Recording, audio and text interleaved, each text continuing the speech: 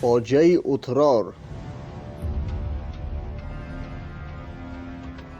محمد خوارزمشاه با هر بهانه‌ای می‌خواست با مغول‌ها بجنگد و قدرت خود را به آنها نشان دهد. سال 1218 حاکم اترار غایرخان کاروان مغول‌ها را جاسوس پنداشته دستگیر کرد.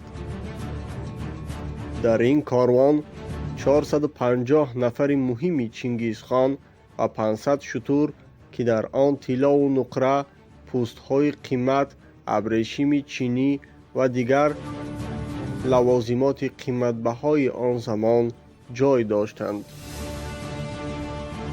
سربازان خوارزم همه آن آدمان را کشته، آن لوازمات‌ها را فروخته، مبلغ آن را به خزینه شاه فرستاده.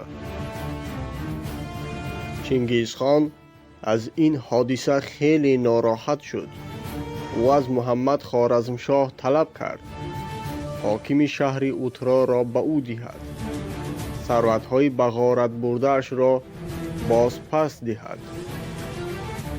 اما محمد خوارزمشاه هیئت سفارت مغول‌ها را به قتل رساند. این کار قهر و غضب چنگیزخان را بیشتر و بیشتر کرد.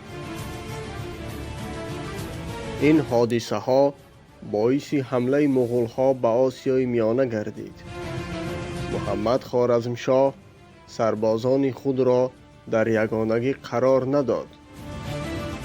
ماه سپتامبر سال 1219 چنگیزخان به حدودهای خوارزمشاهیان نزدیک شده لشکریان خود را به 3 قسمت تقسیم کرد. کل سربازان مغول‌ها به 200,000 می رسید. چنگیزخان برای ضبط شهر اترار 2 پسرش اوقتای و چغتای را می فرستاد. مردمان شهر 6 ماه مقاومت کردند. با خیانت یکی از سرلشکران محمد خوارزمشاه مغول‌ها توانستند به شهر درآیند و مردم را قتل عام کنند.